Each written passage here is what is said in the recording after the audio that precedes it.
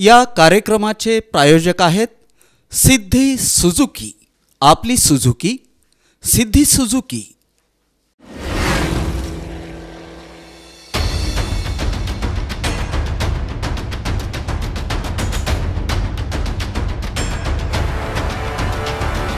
Gixxer 2018 series now with ABS. सिद्धी सुझुकीच्या असंख्य ग्राहकांसाठी खास ऑफर। कोणतीही टू व्हीलर सिद्धी सुझुकीची बाईक घ्या आणि त्यावर 12,000 रुपयाचे बेनिफिट्स मिळवा। 1 रुपयाच्या डाऊन पेमेंटसह 5,000 रुपयापर्यंतचे इन्शुरन्स बेनिफिट्स सोबतच गाडीच्या खरेदीवर ऑन द स्पॉट 100% फायनान्स उपलब्ध। पेटीएम वरून खरेदी केल्यास 7,000 रुपयाचा कॅशबॅक ऑफर। सिद्धी सुझुकी कडून सरकारी व प्रायव्हेट एम्प्लॉईंकरिता 2,000 रुपयाचे बेनिफिट्स। आजच आपल्या जवळच्या सिद्धी शोरूम मध्ये भेट द्या। 163A रेल्वे लाईन्स, जुना एम्प्लॉयमेंट चौक, सोलापूर।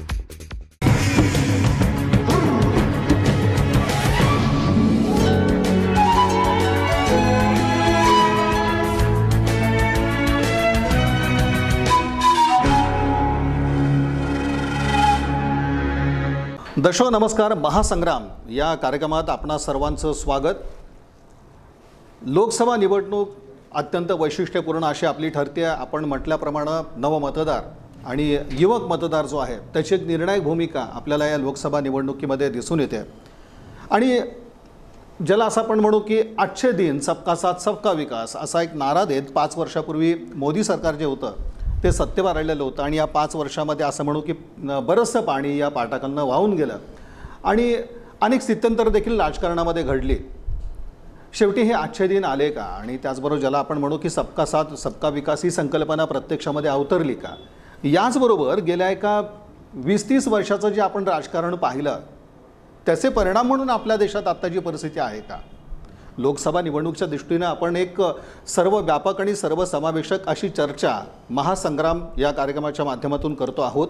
आणि जेव्हा आपण सोलापूर मतदारसंघाचा विचार करायला लागतो तेव्हा भाजपाकडून डॉक्टर जयसिद्धेश्वर शिवाचार्य महास्वामी यांची उमेदवारी जाहीर झाली आणि बरीचशी चर्चा या अनुषंगाने होते।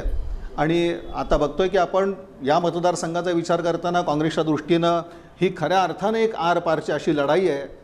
जे काही आहे ते आत्ताच आहे आणि यानंतर मग कधीच नाही अशी एक परिस्थिती काँग्रेसच्या बाबतीत आपल्याला म्हणावी लागेल। आणि भाजपा दृष्टीनं हा गड पुन्हा आपल्या ताब्यात राखण्याचं एक आव्हान देखील आहे।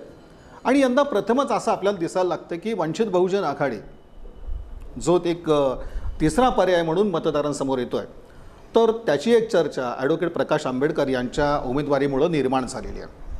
मी बऱ्याच वेळा आता एक अनुषंगानं असं देखील होतं की भाजपही नको काँग्रेसही नको असा जो एक वर्ग आहे त्यासाठी तिसरी आघाडी देखील आपल्याला समोर येते आणि तिसरा पर्याय समोर येतो। या एकंदरीत सगळ्या पार्श्वभूमीवर प्रत्येक विधानसभा मतदारसंघाचं एक वेगळं महत्त्व या लोकसभा निवडणुकीच्या निमित्तानं आहे। आणि निवडणूक लोकसभेची जरी असली तरी विधानसभा मतदारसंघाचं जे महत्त्व आहे ते अधोरेखित होतं आहे। आणि यामध्ये अक्कलकोट विधानसभा मतदारसंघ हा तसा नेहमी चर्चेचाच मतदारसंघ राहिला आहे। एक वेगळ्या पद्धतीचं एक तिथलं राजकारण, तिथली एकंदर सगळी परिस्थिती, संघर्षाची स्थिती अशी एक सगळी पार्श्वभूमी आहे। आणि यंदा जयसिद्धेश्वर शिवाचार्य महास्वामी यांना भाजपकडनं उमेदवारी मिळते तेव्हा तेथील जे किंग मेकर आहेत आमदार सीताराम म्हेत्रे तर त्यांची एकंदरीत सगळ्या भूमिका कशी राहील, आघाडीचा धर्म म्हणण्यापेक्षा काँग्रेससाठी कशा प्रकारचं तिथलं वातावरण असेल आणि मागील लोकसभा निवडणुकीमध्ये भाजपला तिथून एक आघाडी निर्णायक मिळालेली होती, यावेळेचं चित्र कसं असेल अशी ही एकंदरीत सगळी चर्चा आपण करतोय आमदार सीताराम म्हेत्रे सरांशी। म्हेत्रे साहेब या कार्यक्रमात आपलं मनपूर्वक असं स्वागत। आणि सगळं आपण एक चित्र सांगितलं की कशा पद्धतीचं लोकसभा निवडणुकीच्या पार्श्वभूमीवर आहे तालुक्याचं। सुरुवात जर करायची म्हटल्यानंतर देशातली एकंदरीत स्थिती कशा प्रकारची वाटते?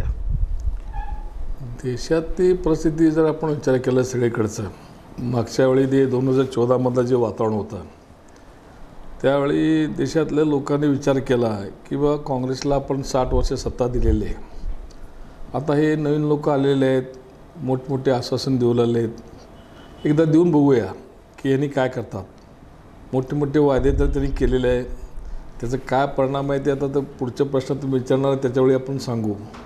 पण 2014मध्ये जी परिस्थिती होती देशामध्ये ती 2019मध्ये निश्चितच नाही आहे। हे जनतेचं कौल म्हणा, लोकमतचा अंदाज म्हणा, आम्ही जे ग्राउंड लेवलला फिरणारा कार्यकर्ता आहे मी ते, आणि मला माहीत आहे की बाबा मागच्या वेळी जी लाट होती आता ती लाट अजिबात नाही आहे. आता जे तुम्ही जे वायदे केलात, लोकांना शब्द दिलात, त्यांनाही वाटलं नव्हतं की त्यांचं सत्ता येईल म्हणून, असं त्यांच्या नेत्यांनीच कबूल केले चॅनलसमोर मोठे मोठे सगळे. म्हणून लोकांनी ते सांगितलं, आम्हाला वाटलं नव्हतं सत्ता येईल म्हणून आम्ही मोठे मोठे आश्वासन दिलो, पण लोकांनी सत्ता दिली आम्हाला. पण ते सत्य त्यांना सांगितलं की बाबा आम्ही काय ते पूर्ण करू शकले नाही, आणि ते नाही करू शकले. होऊ शकत नाही एवढं मोठे मोठे आश्वासन द्यायचं आणि ते करायचं असेल तर कुठलीही एक गोष्ट असं असते की बाबा पैसा महत्त्वाचा असतो. सगळं सोंग करता येते, पैशाचं सोंग करता येत नाही. आपण एखादं मोठं आश्वासन दिलो तर त्याची पूर्तता करायचं आपल्या हातनं होतं का, हे विचार करून जर बोलले असते तर त्यांना ही परिस्थिती आज निर्माण झाली नसती. आज नुसतं त्यांचं काय झालं, घोषणा आहेत फक्त सगळे. ते घोषणा असल्यामुळे लोक वाट बोलले, बाबा मोठे मोठे घोषणा होतात, एवढं लाख कोटीची कामं, एवढं 1000 कोटीची कामं, पण प्रत्यक्षात खाली ते येणं झालेलं आहे. त्यामुळे देशातलं वातावरण कोणाच्याही फेवरमध्ये आहे असं मी म्हणणार नाही.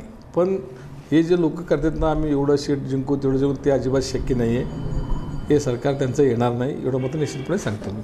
साहेब, म्हणजे आपल्या म्हणायचं का असं की भाजपला ज्यांनी मतदान केलं ह्या सर्व मतदारांचा आज अपेक्षाभंग झाला आहे किंवा भ्रमनिराश झाला आहे? 100% हे भ्रमनिराश झालं आहे. एक तरी पूर्ण केले का सांगा. त्यांनी काय आश्वासन दिले होते? सगळ्यात महत्त्वाचं त्यांनी म्हणजे लोकांना लालूच दाखवलं. काय दाखवलं? तुम्ही आम्हाला सत्ता द्या. काँग्रेसला तुम्ही 60 वर्ष दिला, आम्हाला 60 महिने देऊन बघा. आम्ही ह्या प्रत्येकाचं जे काळा पैसा आहे देशातला, जो बाहेरच्या देशात जाऊन लपून ठेवलेला आहे, ते सगळं आम्ही आणू आणि प्रत्येकाच्या खात्यात 15-15 लाख रुपये घालू असं त्यांनी सांगितले. घातले का? नाही घातले. हे पहिलं त्यांचं मोठं आश्वासन होतं त्यांचं. दुसरं होतं की आम्ही दरवर्षी 2 कोटी रोजगार देऊ म्हणून असं त्यांनी म्हणले होते. वर्षाला 2 कोटी म्हटले तर 5 वर्षामध्ये 10 कोटी रोजगार त्यांनी द्यायला पाहिजे होतं. पण आज काय सांगता, आमचं नाही, सरकारी आकडे सांगतात. सरकारी आकड्यानुसार जवळजवळ 10 कोटी तरी मिळालं नाही, पण असलेले जवळजवळ 2.5 कोटी का 1,80,00,000 रोजगार गेलेले आहेत. ही वस्तू तिथे, आमचं नाही, सरकारी आकडे ते बाहेर आले ते. आणि त्याने म्हणले शेतकऱ्यांना आम्ही हमीभाव देऊ, शेतकऱ्यांचं जे उत्पन्नातलं खर्चातलं सगळं 1.5 पट भाव त्यांना मिळेल असं सांगितले होते. पण आज शेतकरी पूर्ण उद्ध्वस्त झालेला आहे. शेतकरी जेवढं खर्च करतो तेवढं पण पैसे त्याला मिळाले नाहीत आज. त्यामुळे आत्महत्याचे प्रमाण वाढलेले आहेत. आणि कर्जमाफीचं सांगितलं, कर्जमाफीचं अजून कुठं पूर्ण केलं नाही. कर्जमाफी जाहीर केली आहे नाही, पण त्याला 50 नियम लावले त्याने. त्या नियमामध्ये एक कुठलं तरी झालं की मिळणार नाही. मग असंमुळे ते शेतकरी नाराज आहेत. व्यापारी हे GSTमुळे व्यापाऱ्यांचं 50% व्यापार कमी झालेलं आहे. मी म्हणतो म्हणून नाही असं, तुम्ही सहज बाजारमध्ये फेरफटका मारा, कुठल्याही व्यापाऱ्याला विचारा, भुसार असू दे, किराणा असू दे, ज्वेलरी असू द्या, इतर कुठल्या लहान लहान उद्योगधंदे असू द्या, ते सगळ्यांचं ते भ्रमनिराश झालेलं आहे. त्यांचं उत्पन्नच निम्मं झाल्यानंतर कसं चालणार सांगा. व्यापारच निम्मा झाला तर उत्पन्न कुठनं येणार आहे? त्यासाठी आणि ह्या लोकांनी असं एकही घटक सोडला नाही की डिस्टर्ब केलं नाही. सगळ्यांना डिस्टर्ब केले यांनी सगळं, काही ना काहीतरी केलं. शिक्षण खात्यामध्ये किती गोंधळ आहे सांगा. खरं म्हणजे शिक्षणामध्ये फार गांभीर्याने बघायला पाहिजे. शेवटी शिकलं तरच सगळं माणूस पुढं जाणार आहे, प्रगती करणार आहे. शिक्षणाशिवाय कोणालाही पणा नाही. कुठलं का सरकार असू दे, शिक्षणाच्या बाबतीत खेळखंडोबा कोणी करू नये. सकाळी एक GR, संध्याकाळी एक GR, असं रोज 2-2 GR काढून सगळं वाटोळाला केलेलं आहे सगळं. ते म्हणजे जे भवितव्य आहे, राष्ट्राची जी संपत्ती आहे ती आपली भावी पिढी, त्याला घडवण्याचं महान शिक्षणाच्या माध्यमातून होणार आहे. त्या शिक्षणाचं ह्या लोकांनी खेळखंडोबा केलेलं आहे. म्हणून असं सर्व आघाडीवर हे सरकार अपयशी ठरलेलं आहे. म्हणून ह्यांना चान्सेस नाही आहेत. मित्र साहेब, आपण म्हणता की मोदींचा तितकासा प्रभाव राहिला नाही वगैरे. आपण बघतो की नोटाबंदी असेल, GST असेल, असे निर्णय घेतले गेले, जनतेमध्ये त्याविषयीची नाराजी होती. पण हे सगळं होत असताना एक असं झालं की एअर स्ट्राईक केला गेला आणि त्यानंतर कुठंतरी चालून पुन्हा एकदा हे जे वातावरण आहे ते काहीसं म्हणावं की मोदींच्या प्रभावाचं म्हणा किंवा ज्याला असं म्हणू की जी मोदी लाड पूर्वी होती ती तीव्रता नाही, पण काही प्रमाणात तो प्रभाव दिसून येतो आहे का? आणि दुसऱ्या बाजूला काँग्रेसच्या दृष्टीने आपण विचार करायचा म्हटल्यानंतर प्रियंका गांधी यांच्याविषयी काँग्रेसकडनं बरंचसं बोललं गेलं होतं की प्रियंका गांधी आता राजकारणात उतरल्यानंतर सारं चित्र बदलेल, त्यांची एक लाट निर्माण होईल, त्यांचा जो प्रभाव आहे तो मतदारांवरती पडेल. या दोन्ही गोष्टींकडे कशा दृष्टीने बघतात? ह्यांनी मोदीचं लाट राहता नाही आहे हे 100% निश्चित आहे. आपण ती तीव्रता नसेल पण नाही, लाट नाही आहे. आता तीव्रता पण नाही आहे, लाट नाही. त्याचं कारण सांगतो मी तुम्हाला किंवा मागचे जे इलेक्शन झाले, निवडणुका झालेत, पोटनिवडणुका असू द्या किंवा 4-5 राज्याचे जे इलेक्शन झाले किंवा इतर जे निवडणूक आहेत सगळे ते खालच्या पातळीवरचे, त्याच्यामध्ये आता ते राहिलेलं नाही आहे ते वातावरण. सुरुवातीला काय वाटलं होतं की लोकांना किंवा चला आता लोकसभेला दिलो, विधानसभेला दिलो, खाली सगळे एकदा देऊन बघूया, परत असं व्हायला नको की तुम्ही हे दिलं आम्हाला हे दिलं नाही म्हणून आम्ही करू शकलो नाही, असं त्यांना म्हणायला संधी कशाला, एकदा सगळे त्यांच्या ताब्यात देऊया म्हणून भारतातल्या जनतेने त्यांना पूर्ण सत्ता दिली. सगळ्या पार नगरपालिकेपासून, महानगरपालिकेपासून, जिल्हा परिषदपासून राज्य आणि केंद्रामध्ये दिले. त्याचं फलित काय निघालं? एवढं पूर्ण सत्ता तुमच्या हातात दिलं असताना तुम्ही काय केलं? ठीक आहे, लोकांना अपेक्षा नसते किंवा तुम्ही 100% कामं करावं असं नसतं, पण तुम्ही 10 कामाचं जर आश्वासन दिलं तर त्याच्यामध्ये 5-6 कामं तर व्हायला पाहिजे. लोकांची मापा कपायची असते, ते 5-6 कामं तरी पूर्ण झाले का? नाही झाले, म्हणून लोकांचं भ्रमनिराश झालेलं आहे. प्रियंका गांधीचं तुम्ही सांगितलं, प्रियंका गांधीचं आता सुरू झालेलं आहे राजकारणात प्रवेश. आता त्याचा रिझल्ट कधी येणार आहे? उद्याच्या 23 मेला ते कळणार आहे सगळं, त्यांचा प्रभाव किती पडला, काय पडला. आणि उत्तर प्रदेशामध्ये जर त्यांचं स्वागत, त्यांचं ते सभा, त्यांचे जे दौरे चालू आहेत, ते वातावरण बघितलं तर पहिलं उत्तर प्रदेशमध्ये असं कुठल्या राजकीय नेत्याला मिळालं नव्हतं. ते आता त्यांना ते पाठिंबा लोकांचं हे इंदिरा गांधीसारखं दिसते छबी असू द्या किंवा त्यांचं बोलण्याची स्टाईल असू द्या किंवा एक लोकांना वाटतं की बाबा प्रियंका गांधी काहीतरी करू शकतात आपल्या देशामध्ये, राहुल गांधी असू द्या, प्रियंका गांधी असू द्या, म्हणून ते असं ह्यांच्या भ्रमनिराशामुळे त्यांच्यावर विश्वास निर्माण झालेला आहे. म्हणून प्रियंका गांधीचं निश्चितपणे वर्चस्व वाढलेलं आहे. मैत्री साहेब, पुन्हा एकदा म्हणजे काँग्रेसकडनं एक हुकमी पान टाकलं गेलं असं आपण म्हणूयात की गरिबी हटावचा नारा पुन्हा एकदा दिला गेला आहे. पूर्वी याच गरिबी हटावच्या नाऱ्यानं एक चांगला मतदारांचा प्रतिसाद त्यावेळेला मिळाला होता, इंदिरा गांधींचा काळ असेल तो. आज हे काळ चालेल का? 100% चालेल. कारण काय तुम्हाला सांगतो त्याचं की ह्या लोकांनी जे सांगितलं होतं 5 वर्षापूर्वी की आम्ही बाबा सगळ्यांचं एवढं उत्पन्न वाढवू, हे करू, ते करू, पण ते झालं नाही. ते मग आता लोकांना काय वाटतं आहे? लोकांना बाकीचे काय प्रश्न आहे, आपले जे रोजचे जे व्यवहारातले प्रश्न आहेत किंवा माझं कसं होणार आहे, माझ्या शेतीचं काय होणार आहे, माझ्या बिझनेसचं काय होणार आहे, माझं मुलाबाळांचं भवितव्य काय होणार आहे, ह्याच्याबद्दल लोकांना जास्त हे असतं, म्हणजे इंटरेस्ट असते. ते पूर्ण कोण करणार आहे? आता ह्यांनी पूर्ण करतो म्हणले होते म्हणून लोकांनी यांना पूर्ण सत्ता दिली, हे पूर्ण करू शकले नाहीत. मग आता त्यांना कळून चुकले बाबा ठीक आहे, मागच्या काळात काँग्रेस का अशा ना 100% काम नाही केलं, पण निदान 50-60% तरी ते काम केलेले होते काँग्रेसच्या लोकांनी, म्हणून परत एकदा त्यांना संधी देऊ असं लोकांचं कल आहे. यावर महत्त्वाचं म्हणजे आपण बघतो की म्हणजे आता जे मान्यवर येतात त्यांना खरं म्हणजे आम्ही हा जाणीवपूर्वक प्रश्न विचारतोय. मराठा आरक्षण सगळ्यात जे महत्त्वाचं होतं तर ते एक दिलं गेलं राज्यामधून, आणि राज्याचाच आणखीन एक निर्णय असा होता की शेतकऱ्यांना कर्जमाफी. आज या दोन्ही गोष्टीसुद्धा अत्यंत महत्त्वाच्या ठरणार. त्यामुळे निवडणुकीवरती किती परिणामकारक या दोन्ही गोष्टी ठरू शकतात? मराठा आरक्षण कुठं मिळालं सांगा, तुम्ही सांगा. यांनी म्हणले मी मराठा आरक्षण देतो, कुठं दिले का? नाही दिले. मराठा समाज जे काँग्रेसच्या काळात झालं नाही, काँग्रेसने केलं होतं पण ते कोर्टाच्या ह्याच्यामध्ये टेक्निकलमुळे ते गेलं. ते आता ह्यांनी काय म्हणले, ते काँग्रेसने ते टेक्निकल मुद्दाम ठेवले म्हणून आम्ही हे सगळं करतो म्हणून ते केले सगळं. ह्यांनी तरी कुठं दिले? नाही दिलेच. मराठा लोकांचे किती, मराठा समाजाचे किती मोठे मोठे मोर्चे निघाले जिल्ह्यामध्ये, 15-15 लाखाचं मोर्चे निघाले. मुंबईमध्ये शेवटचं 50-60 लाखाचं मोर्चा निघाला.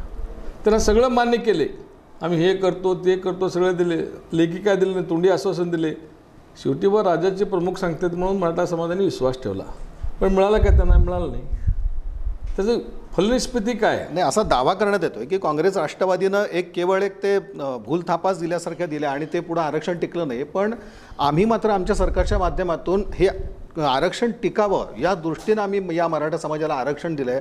मराठा नेते होते या काँग्रेस पक्षाचे, राष्ट्रवादीचे नंतर असतील, पण हे सगळे सत्तेत असताना देखील मराठा समाजाला आरक्षण मिळालं नाही. आम्ही मात्र ते मराठा आरक्षण देतो असं एक चित्र निर्माण केलं जातं आहे.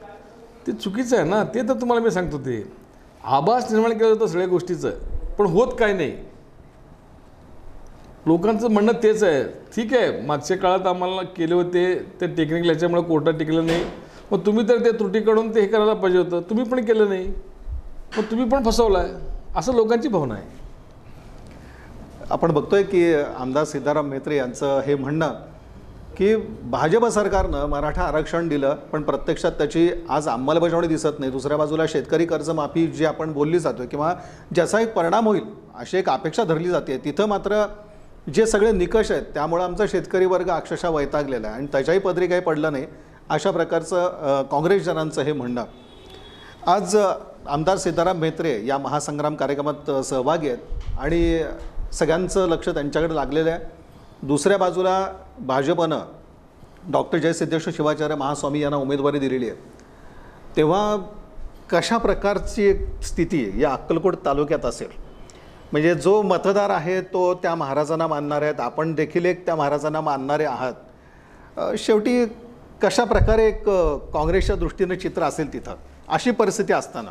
नाही काय असतं तुम्हाला सांगू, म्हणजे कोंडी झाली का एका अर्थानं आपल्यासारख्या एखाद्या नेतृत्वाची? कोंडी व्हायचा प्रश्नच नाही. ज्याची मनस्थिती दुधा मनस्थिती आहे, ज्यांचे विचार पक्का नाही त्या लोकांची कोंडी होती. आमचे विचारच पक्का आहे. आम्ही पहिल्यापासून काँग्रेसच करत आलेलं आहे आणि काँग्रेसच करणार आहे आम्ही भविष्यकाळामध्ये. आणि कसं माहीत आहे का, आमच्या देशामध्ये तुम्हाला एक सांगतो, हे जे वातावरण आहे ते त्यांनी जयसिद्धेश्वर महाराजांना तिकडे का दिलं?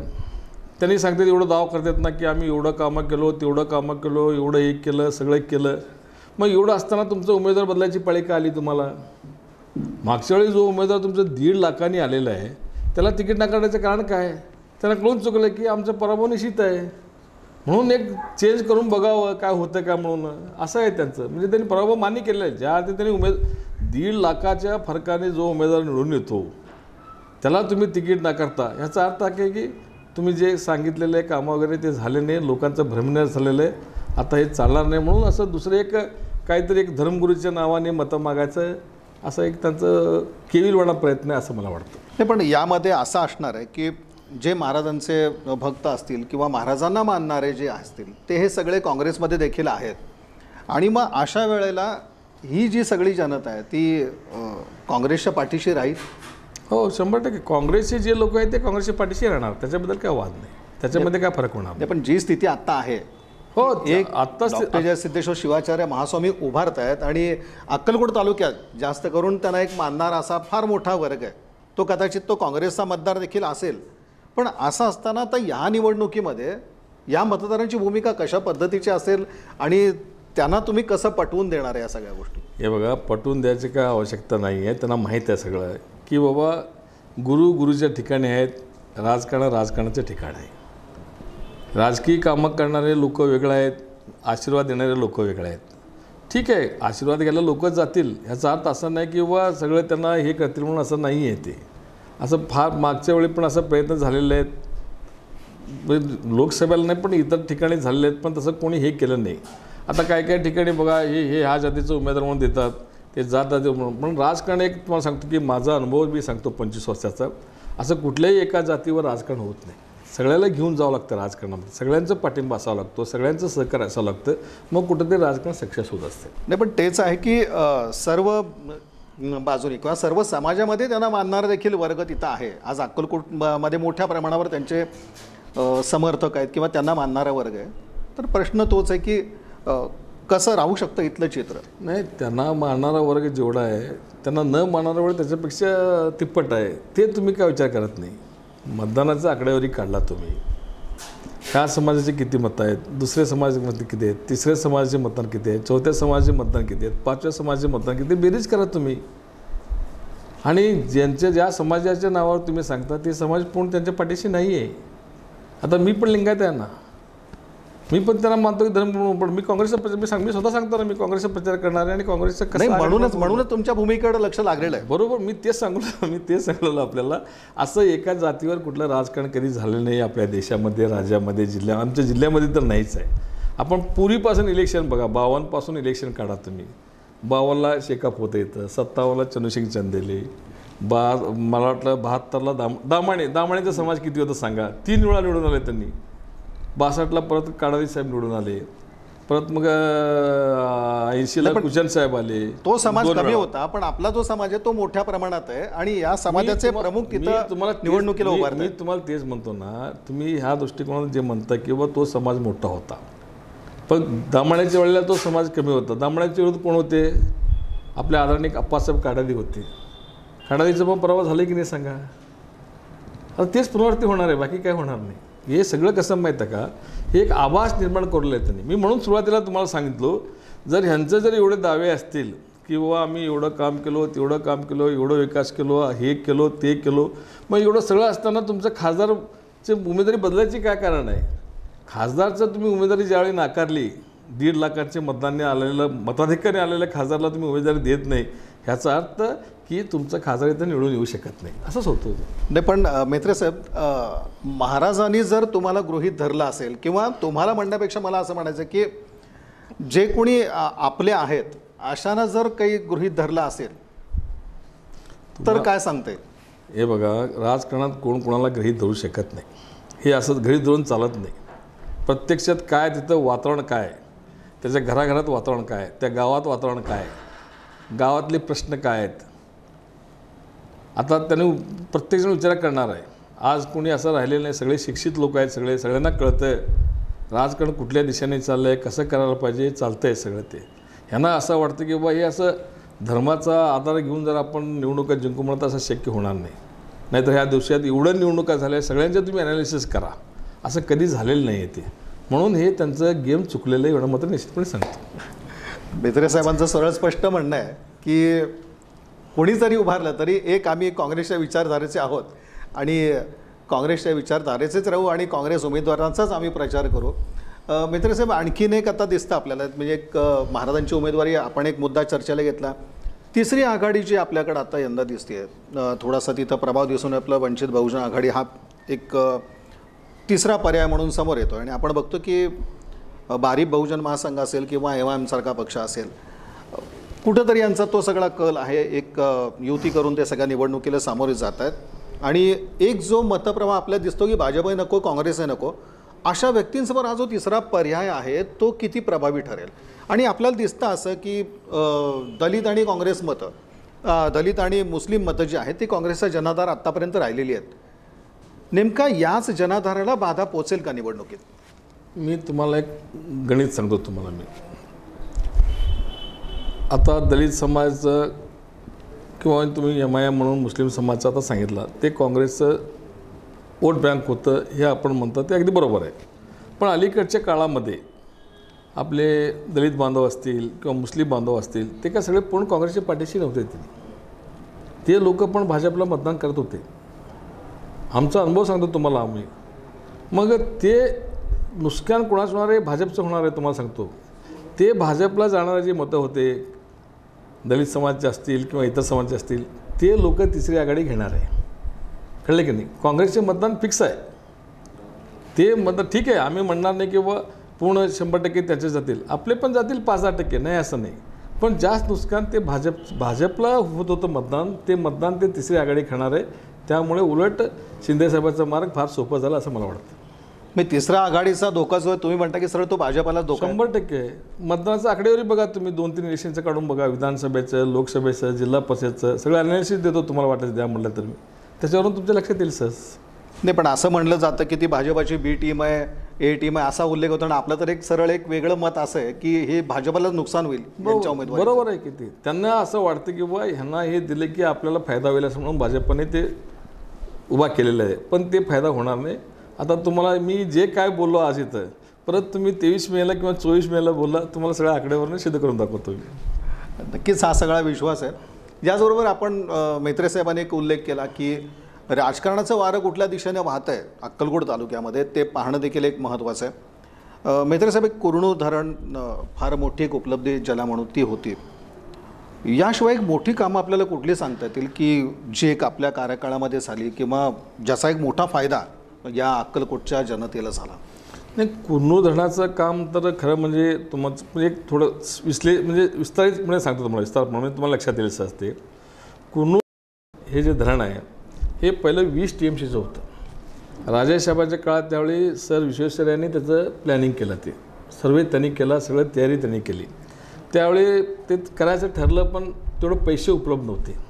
मग नंतर हैदराबादच्या निजामाकडनं कर्ज घेऊन करावं असं ठरलं, पण ते काय कारणामुळे ते बारगळलं.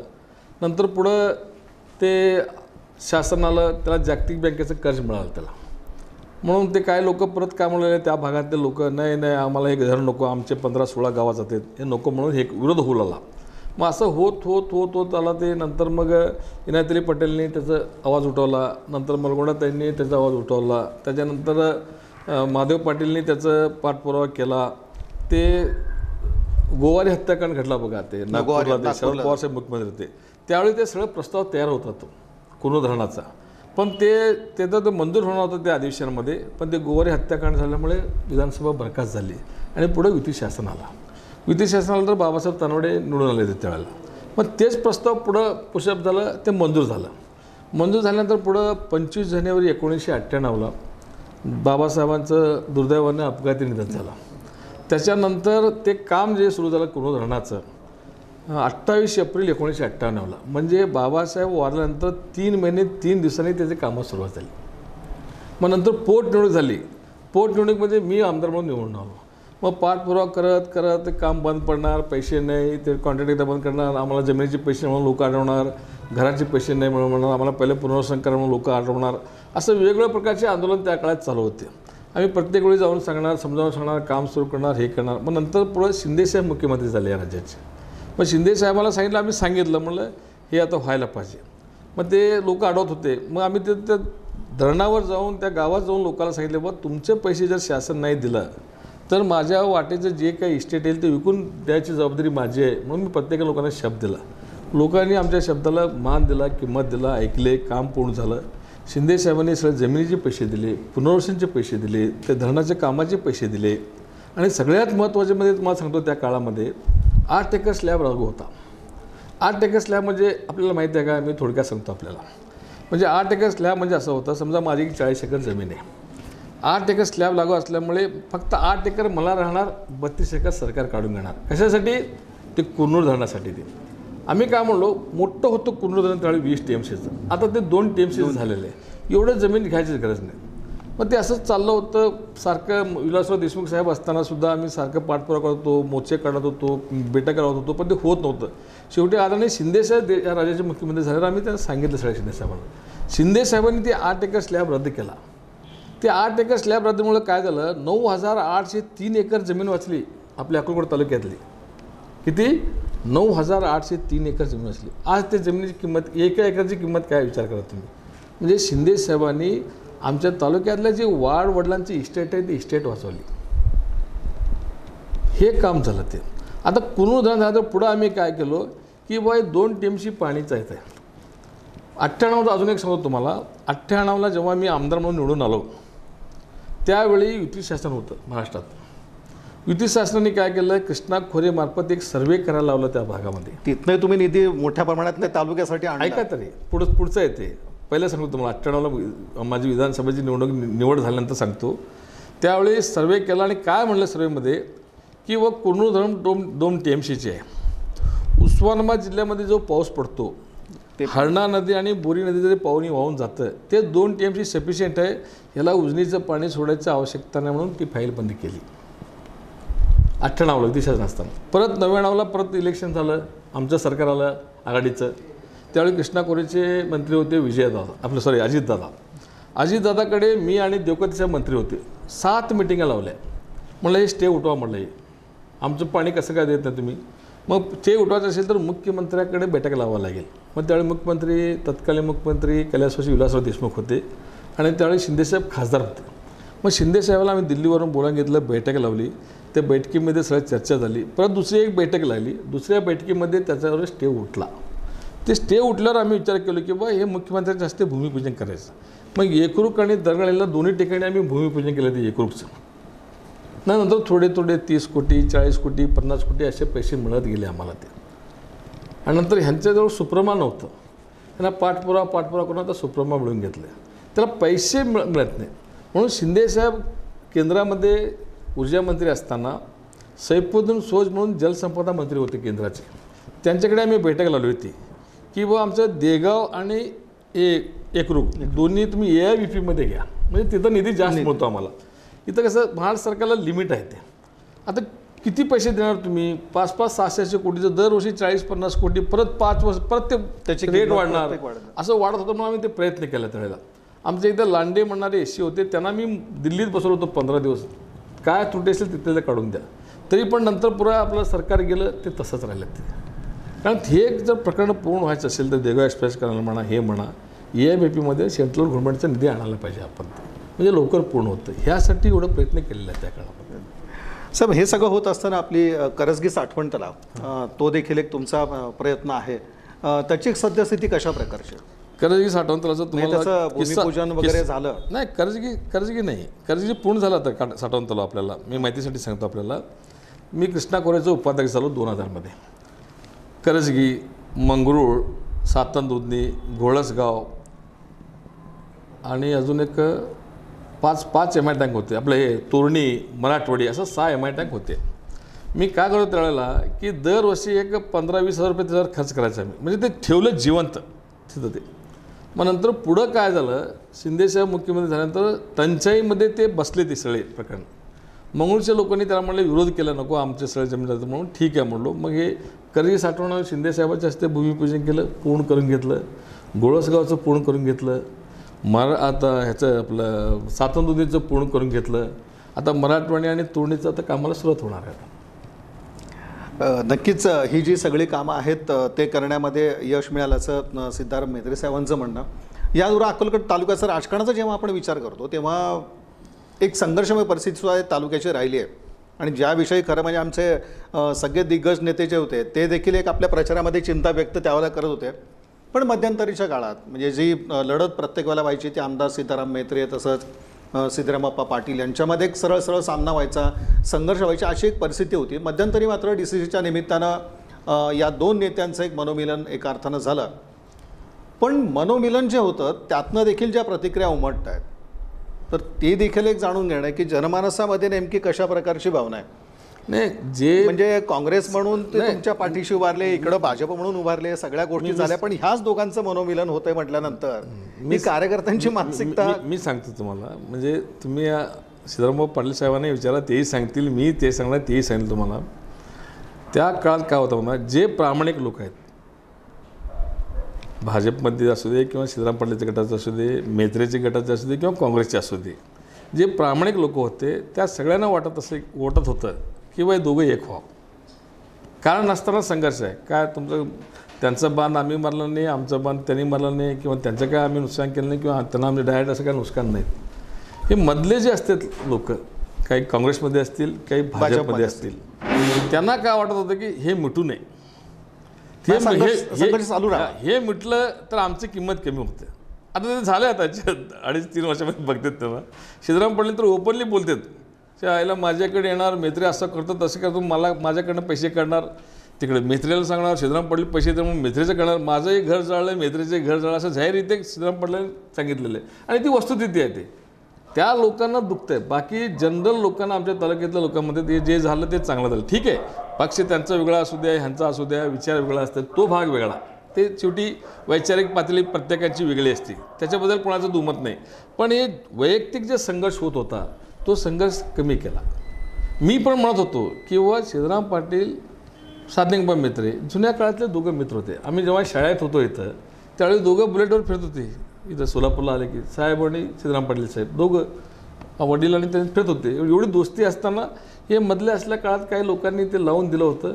ते नंतर कसं का होईना, पण कोणाचे ध्यानीमनी नाही, त्यांच्याही ध्यानीमनी नाही, माझ्या म्हणणे फार लोकांनी मधल्या काळामध्ये मिटवायचा प्रयत्न केला होता, पण तो झाला नव्हता. त्याविषयी योगायोग घडला. म्हणजे शेवटी देवाची इच्छा आहे, माणसापेक्षा त्याचं वरच्याचा आशीर्वाद फार महत्त्वाचा आहे. त्यांच्या मनात हे चला तुम्ही दोघं एक व्हा, पटकन 2 मिनिटात एक झालो त्याविषयी मी, असं झालं ते. आणि आज तसा कुठला तो फरक नाही आहे. काँग्रेसचा जो काही गट आहे म्हणून म्हणा, किंवा जे काँग्रेसजन आहेत ते काँग्रेसजन तुमच्याबरोबर आहेत आणि भाजपचे आप्पांबरोबर, असंच चित्र आता सध्या त्या दोन्ही गटांमध्ये जे काही सगळे जे काँग्रेसजन आहेत. भाजपचे आप्पाबरोबर नाहीत, आप्पाचे लोक आप्पाबरोबर आहेत. तुम्ही फरक तुम्हाला लक्षात येणार अजून मी सांगतो त्याचं. आप्पाबरोबर जे आप्पाचं गट एक वेगळा आहे, भाजपचं वेगळं आहे. आप्पाचं गट प्लस झाल्यामुळं भाजप वर येत होतं. आप्पा तेच म्हणणार, माझ्यामुळे भाजप आहे रे, कुठलं भाजप तालुक्यात म्हणणार ते नेहमी अजून पण म्हणतात त्यांनी. आणि अजून भाषणात म्हणतात मी भाजपचं आहे, उलट भाजपचे लोक मला त्रास देतात असं म्हणतात. आप्पा तुला त्रास द्यायला पाहिजे, मला म्हणते तू काँग्रेस आहे तुला त्रास द्यायला पाहिजे, तुला देत नाही मला त्रास देतात, असं त्यांचं जाहीर स्टेटमेंट आहे. नाही, आप्पांचं मध्यंतरी देखील आम्ही एक वार्ताला आमच्या इथं झाला होता, त्या ठिकाणी काँग्रेस कम भाजप असा काही लोकांचा आप्पांनी उल्लेख केलेला होता. काँग्रेस कम भाजप, काँग्रेस कम भाजप असा एक आप्पांनी उल्लेख केलेला होता. तो आप्पांना माहीत होता, मला काही एवढं डिटेल माहीत नाही. पण मेत्रे साहेब, एक दिलजमाई झाली ती एका तालुक्याच्या दृष्टीने आपण म्हणू की एक चांगली गोष्ट होती की केवळ एक संघर्षच असा चालू राहत होता आणि अशा गोष्टींमध्ये आपण म्हणतो की विकासाला कुठेतरी चालून खेळ बसत असते. पण याचबरोबर आपण एक अक्कलकोटचाच एक विचार जर करायचा म्हटल्यानंतर नगरपालिकेमधली सत्ता आपण एक धरू भाजपचे, त्याचबरोबर ही सगळी वाटचाल करत असताना दुधनीचे नगराध्यक्ष देखील भाजपचे होतात. आपल्या गडापर्यंत सगळं भाजप पसरलं नाही आमच्या गडापर्यंत म्हणजे अक्कलकोट तालुक्याचं जे चित्र आहे ते तुम्हाला सांगतो ते कसं असतं माहिती आहे का, कारण हा अभेद्य असा घड होता आजपर्यंत दुधनीचा. हे वर सगळ्यांना माहीत असतं सगळं ते. तिथं भाजपचा नगराध्यक्ष झाला, मग भाजप बाकी खाली 16 नगरसेवक काँग्रेसचे कसं आले, तिथं उमेदवारी चुकली आमची. नगराध्यक्ष पदाची जी उमेदवारी होती ती उमेदवारी चुकली आमची. आम्ही सांगत होतो की बा हे उमेदवार चालणार नाही, पण का आमच्या काही लोकांना विश्वास वाटतं की नाही आता एवढं 57 वर्ष लोकांनी सतत आम्हाला सत्ता दिलेली आहे. नाही 57 वर्ष सत्ता दिलेली आहे ते ठीक आहे, ते कोणाला दिलेलं आहे, मेत्रे म्हणून दिलेलं आहे. मेत्रेच्या घराण्यातलं कोण का असे ना देतात अजूनही. आता नंतरचे पोटनिवडणूक झालेले आहेत ते. आता बघा पहिले तिथं 150-200 आलेले, आता 700-800 मताने 3 पोटनिवडणुकीला निवडून आलेले ते. ह्याचा अर्थ काय, लोकांचं डोस होता की बा हे उमेदवार आम्हाला चालत नाही, दुसरं उमेदवार दिला असता तर निश्चित फरक पडला असता. ते चूक लोकांची नाही, उमेदवारी देण्यात आमची चूक झाली म्हणून ते फटका बसले. पण पूर्वी एक असं व्हायचं, अक्कलकोट तालुका म्हणलं की सिद्धाराम मेत्रे असं एक ते समीकरण बनलेलं होतं. म्हणजे कोणी तिथं असा विचार केलेला नव्हता की भाजपचं काही ते प्रस्थ त्या तालुक्यात वाढेल. हे सगळं आजचं जे चित्र पाहिलं एकंदरीत आपण बघतोय, आणि एकंदरीत पंचायत समितीसुद्धा आपण जर उल्लेख करायचा म्हटल्यानंतर आता तुम्ही म्हणताय की एक आप्पांचे समर्थक आणि भाजप असा एक वेगळा प्रकार त्या ठिकाणी, अशा सगळ्या गोष्टीमुळे देखील भाजपाची तिथं काही थोड्या प्रमाणात पिछाड झाली दिसेल. पण अक्कलकोट आणि सिद्धाराम मेत्रे हे जे समीकरण आजपर्यंत होतं किंवा तो तालुक्यात असा ओळखला जायचा, ती परिस्थिती आज नाही आहे असं वाटतं. नाही मला तसं वाटत नाही, आणि खास करून भाजपच्या नेत्यांसोबत लक्ष घातलं अक्कलकोट एवढ्या मोठ्या प्रमाणात. आता साहजिकच आहे ना, आता कुठल्याही किंवा जिथं काँग्रेस स्ट्रॉंग आहे तिथं कमतूत करायचं कुठल्याही पार्टी प्रयत्न करणार. आता आम्ही विचार करणार की बाबा इथं कुठल्या जिल्ह्यामध्ये कुठल्या तालुक्यात भाजप स्ट्रॉंग आहे, तिथं आपण कसं मुसंडी मारायला पाहिजे, तिथं कसं आपण त्यांचं मताधिक्य कमी करायला पाहिजे, तिथं आपले लोक वर्चस्व कसं वाढलं, असं प्रत्येक पार्टी प्रयत्न करणारच. त्या दृष्टिकोनातून भाजपचे लोक प्रयत्न करतात आमच्या तालुक्यामध्ये, पण त्यांना यश येत नाही आणि येणार पण नाही. याचबरोबर मागच्या एका विधानसभा निवडणुकीमध्ये आपण बघतोय बऱ्याच जे काही आकडेवारी समोर येते, भाजपाची माणसं फोडण्यामध्ये यश सिद्धाराम मेत्रेंना आलं. म्हणजे असं काही ज्याला म्हणू की हे सगळं अपेक्षित नव्हतं, पण ते मात्र मेत्रेंनी ती किमया साध्य केली. नाही भाजपची बरीचशी मंडळी त्याला सगळी मेत्रे साहेबांच्या हाताला लागली आणि त्यामुळे त्या सगळ्या गोष्टी झाल्या. तसं नाही आहे, भाजपने मेत्रेंनी भाजपची मंडळी फोडली असं होत, फोडली म्हणण्यापेक्षा गळाला लागली. नाही गळाला लागली पण असं नाही आहे. काय तुम्हाला सांगतोय का, सिद्धाराम मेत्रे एक चांगली व्यक्ती आहे, तो कोणाला आजपर्यंत त्रास दिला नाही, दुश्मन असलं तरी वाईट विचार केलं नाही, तालुक्याचं विकासाचं दृष्टिकोन ठेवून दुसरं काही त्यांनी बघत नाही. आणि असं आम्ही कधीही नाही फेअरमध्ये आम्ही राजकारण करतो, कुणाला हे करत नाही, कुणाला दबावात घेत नाही. माझा स्वभाव तुम्ही कुणाला विचारा, वैयक्तिक सिद्धाराम मेत्रे म्हणून माझा कोणाही वाद नाही, कोणाशी तक्रार नाही, कोणाशी भांडण नाही. मी आयुष्यात अजून कुणाला एक चापटसुद्धा मारला नाही माझ्या या संपूर्ण आयुष्यामध्ये.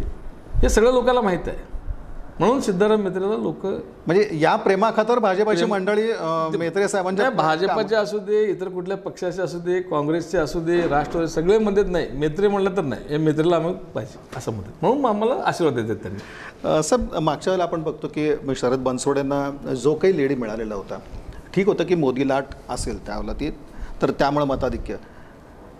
आजचा एक विश्वास कशा पद्धतीचा आहे तालुक्याच्या संदर्भातला आपला, की हा जो लीड होता एवढ्या मोठ्या प्रमाणातला तो तोडणं किंवा ते मताधिक्य सुशीलकुमार शिंदे यांना मिळणं आहे शक्य आताच्या परिस्थितीत?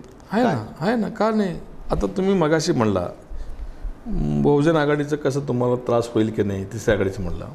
आता मागच्या लोकसभेच्या वेळी आमच्या तालुक्यामध्ये 25,008चे लीड होतं भाजपला, आणि नंतर विधानसभेला माझ्या विरुद्ध मुस्लिम समाजाचे एक उभारलं मोठी व्यक्ती, नंतर MIMचं एक उभारलं, आणि नंतर मुस्लिम समाजाचं आमचंच एक जिल्हा परिषद काँग्रेसचं त्यांनी उभारलं, लिंगायत समाजाचे 2 मोठे उभारले, मागासवर्गीय उभारले, धनगर समाजाचे उभारले. एवढं सगळं उभारलं असतानासुद्धा माझं 17,644 लीड मिळालं. आणि आत्ता पण तेच परिस्थिती राहणार. नाही मेत्रे साहेब, तालुक्याचं नाही मी तालुक्याचं बोलत असताना आपण एक असंही बघितलेलं आहे विधानसभेला चित्र वेगळं असतं आणि लोकसभेला चित्र वेगळं असतं. नाही, आता जो आपण आता तुमच्याच मताप्रमाणे आपण गणित घालू की समजा एक 17,000चं लीड तुम्हाला मिळाला, पण बनसोडे त्याच्यापेक्षा दुप्पट मताधिक्य घेतात फक्त अक्कलकोट मतदारसंघातूनच. फक्त गेल्या वेळी 2014मध्ये एकच अपवाद आहे, नाहीतर बाकी तुम्ही किती लोकसभेचे इलेक्शन काढा, मला जेवढं मताधिक्य आहे तेवढंच मताधिक्य खासदारला मिळालेलं आहे. आता 1999चं उदाहरण सांगतो. शिंदेसाहेब वर होते, मी खाली उभारलो होतो, मला पण 6,500 लीड, माझ्यापेक्षा 200 शिंदेसाहेबांना जास्त लीड मिळालं होतं त्यावेळेला. आत्ता फक्त गेल्या वेळेचं एक अपघात आहे ते अपघात सारखं होत नाही. पण महाराज उभारले म्हटल्यानंतर ह्या अपघाताची पण एक नाही, शक्यता नाही. पुनरावृत्ती मी आपल्याला. तुम्हाला सांगितलं ना मगाशी, महाराजांचं तुम्हाला सांगितलं ना, महाराज सद्यस्थानी आहेत, श्रद्धा आहे आमचं त्यांच्याबद्दल, आम्ही त्यांच्याबद्दल काय बोलणार नाही. मागच्याला मोदी लाट होती, याला श्रद्धेची कुठली लाट अशी नाही, श्रद्धेची लाट नाही. मी तुम्हाला सांगतो ना, आमच्या तालुक्यातलं वातावरण वेगळं आहे. ते आमचे लिंगायत समाजाचे लोक महाराजांना मानत असतील, आम्ही काय म्हणतो, या घरी या, आम्ही तुमचं पादपूजा करू, स्वागत करू, तुमच्या मठाला काय पाहिजे असेल तर तिथं कार्यक्रम असेल तर येऊ, सगळं कार्यक्रम करू. पण हे मतदान राजकारण हे आहे, ते होणार नाही. ते मग साहेबांपेक्षा ते जवळचे वाटणार नाही आहेत का? नाही वाटणार. काँग्रेसला लोकांना वाटणार नाही, काँग्रेसच्या विचाराच्या लोकांना वाटणार नाही. लोक काय म्हणतात, काम करणारी व्यक्ती पाहिजे आम्हाला. तुम्हीच म्हणता व विकासाच्या मुद्द्यावर आम्ही देशाचा कारभार करतो म्हणता, मग इथं म्हणता तुम्ही श्रद्धेचे एक तरी बोला ना, एक विकासाच्या मुद्द्यावर बोला किंवा आम्ही श्रद्धेच्या मुद्द्यावर तर बोला. दोन्ही कसं होणार आहे सगळ्यात? तुम्हीच म्हणता सबका साथ सबका विकास, मग विकास करणारं कोण आहे? आजपर्यंत कोण केलं आहे? आता शिंदेसाहेबांनी आमच्या तालुक्यात काय काय केलं, मी जंत्रीच देतो तुम्हाला, 100 जंत्री देतो असं द्या म्हटलं तर. महाराजांचं योगदान काय आहे, मागच्या खासदारांचं योगदान काय सांगा. ठीक आहे, आता महाराज नवीन आहेत, आपण त्यांना पुढं बघू काय करतील, तो विषय वेगळा. पण बनसोडे साहेबांना एवढं सत्ता, तालुक्यात एवढं लीड, राज्यात सत्ता, देशात सत्ता असले शिंदेसाहेबांसारख्या संसदीय नेता असलेल्या माणसाला पराभव करून निवडून गेलेलं लोकसभेतला माणूस, त्यांनी काय केले? काहीच केलं नाही. हे लोकांना पडतं ना, काम करणारा माणूस पाहिजे म्हणून ते शिंदेसाहेबांना पाठीच राहतील. मित्र साहेब, आणखीन एक विषय आहे तो APMCचा, जो पालकमंत्र्यांबरोबरच तुम्ही होता. सगळ्यात ही मोठी जबाबदारी तुम्ही सगळी सांभाळली, सगळं तुम्ही घडवून आणलं जे अपेक्षित होतं ते. हे सगळं होत असताना पालकमंत्र्यांनी जर मेत्रे साहेबांची लोकसभा निवडणुकीत काही मदत घ्यायची ठरवली असेल? नाही, पालकमंत्री महोदयांना माहीत आहे की त्यांचा पक्ष वेगळा, आमचा पक्ष वेगळा. मार्केट कमिटी इलेक्शन कसं पक्षामध्ये लढत नाहीत त्याला, सगळे लोक असते. पण शेवटी नातं म्हणा, आता बघा, एक नातं म्हणा किंवा एक मैत्री म्हणा, ती कायम राहत असते. माझं बोलणं तर पूर्ण करू द्या. हे बघा, पालकमंत्री होते ते आपले शिवसेनेचे रतिकांत पाटलाचे अमर पाटील होते आणि दुसऱ्या पक्षात ते होते. सगळे मिळून ते निवडणूक लढवलेले आहेत ते सगळे. असं फक्त मेत्र्यांनीच हे केलं, पालकमंत्री केलं असं नाही. सगळे मिळून सगळ्यांच्या सहकार्याने ते घडलेलं आहे. एक बाबा मार्केट कमिटी शेतकऱ्यांचं हे आहे, तिथं मार्केट कमिटीमध्ये त्रास झाला, कारण नसताना केसेस दाखल झाले, कारण नसताना म्हणजे हे मार्केट कमिटी डिस्टर्ब करायचा प्रयत्न केला की त्या मार्केट कमिटीमुळे अनेकांचे संसार उभारलेत, हजारो लोकांचे संसार उभारल्याचं. काही कशांना त्या मार्केट कमिटीमुळे फार लोकांचं चांगलं झालं. ते सगळ्या लोक शेतकऱ्यांना वाईट वाटलं, म्हणलं हे जे चाललेलं आहे बरोबर नाही. ठीक आहे, तुम्ही निवडणूक लढवा, कोणाला द्यायचं कोणाला नाही, शेवटी ते मतदारांचा अधिकार आहे, शेतकऱ्यांचा अधिकार आहे, ते आणतील.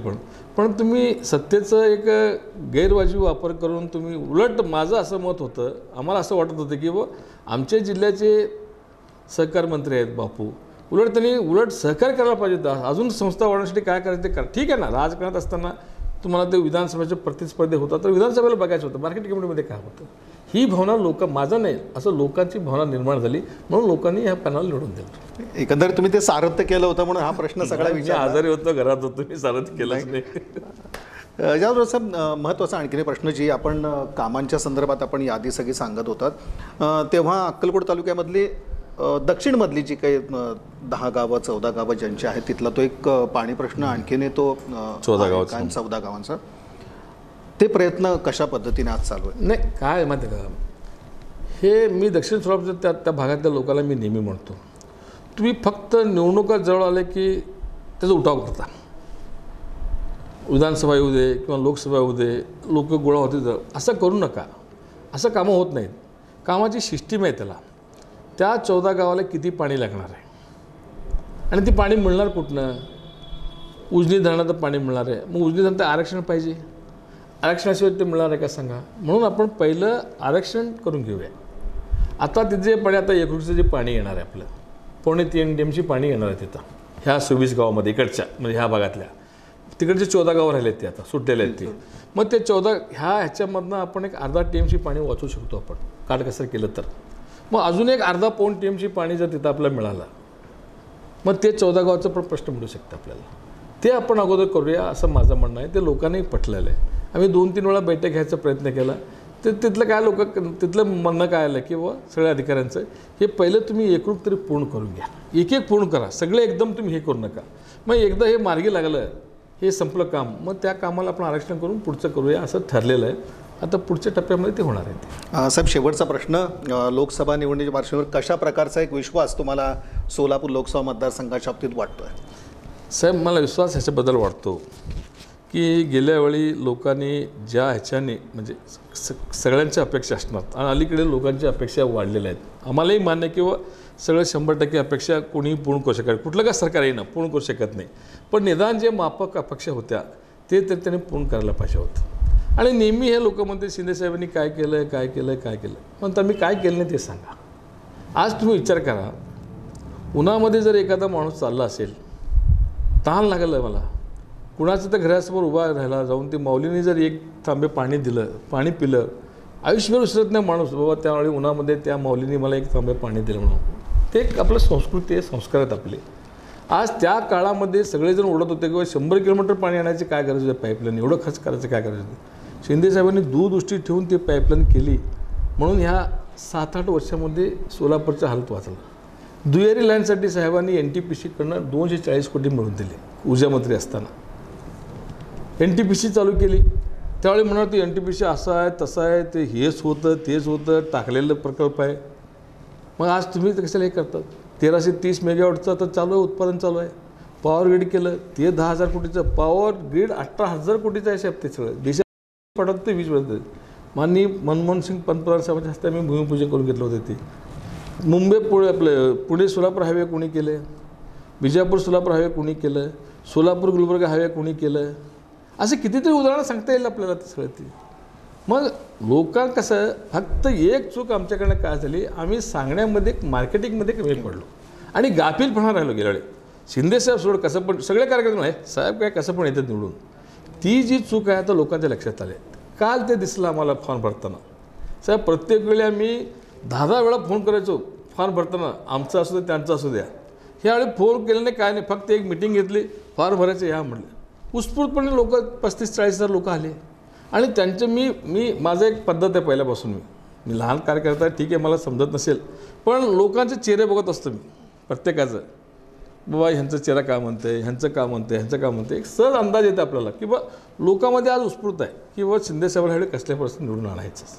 म्हणून ह्याच्यावर आम्हाला विश्वास वाटतं की शिंदेसाहेब लाखाच्या फरकाने लोकसभेत जाणार म्हणजे जाणार. आणि वंचित बहुजन आघाडी म्हणा किंवा भाजपाचे डॉक्टर जयसिद्धेश्वर शिवाचार्य महास्वामी यांचे तुम्हाला कुठलीच काय तशी काळजी वाटत नाही की नाही, यांची उमेदवारी तेवढी तुल्यबळ नाही अशी तुम्ही समजता? 100% तुल्यबळ नाही आहे.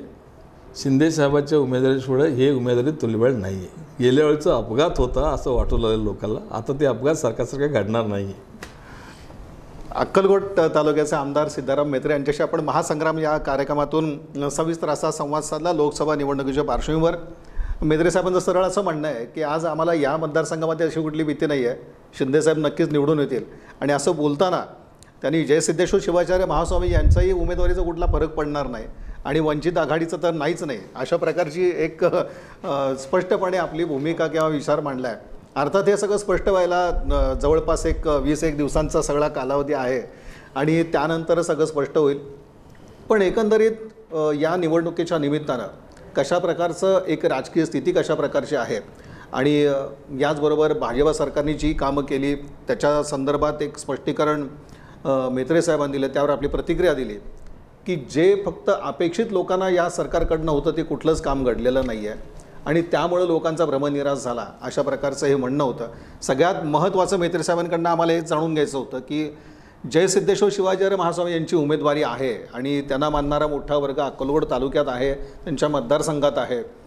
स्वतः म्हेत्रे साहेब देखील एक चांगले त्या महास्वामींना मानतात.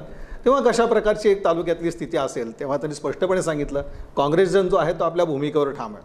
अर्थात सगळं चित्र स्पष्ट व्हायला 20 दिवसांचा कालावधी लागेल. या अनुषंगानं तालुक्याच्या सगळ्या स्थितीवरती मेत्रे साहेबांनी स्पष्टपणे एक आपले त्यांच्या नेहमीप्रमाणे जी शैली आहे रोखठोक शैली त्याच शैलीमध्ये त्यांनी आपली एक भूमिका मांडली.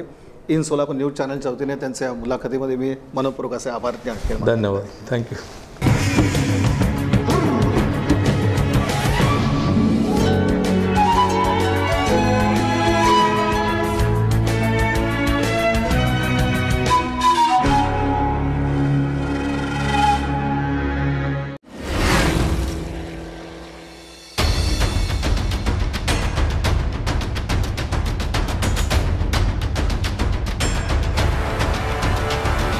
Gixxer 2018 series now with ABS. सिद्धी सुझुकीच्या असंख्य ग्राहकांसाठी खास ऑफर. कोणतीही टू व्हीलर सिद्धी सुझुकीची बाईक घ्या आणि त्यावर 12,000 रुपयाचे बेनिफिट्स मिळवा. 1 रुपयाच्या डाऊन पेमेंटसह 5,000 रुपयापर्यंतचे इन्शुरन्स बेनिफिट्स सोबतच गाडीच्या खरेदीवर ऑन द स्पॉट 100% फायनान्स उपलब्ध. पेटीएम वरून खरेदी केल्यास 7,000 रुपयाचा कॅशबॅक ऑफर. सिद्धी सुझुकीकडून सरकारी व प्रायव्हेट एम्प्लॉईंकरिता 2,000 रुपयाचे बेनिफिट्स. आजच आपल्या जवळच्या सिद्धी शोरूममध्ये भेट द्या. 163A रेल्वे लाईन्स जुना एम्प्लॉयमेंट चौक सोलापूर.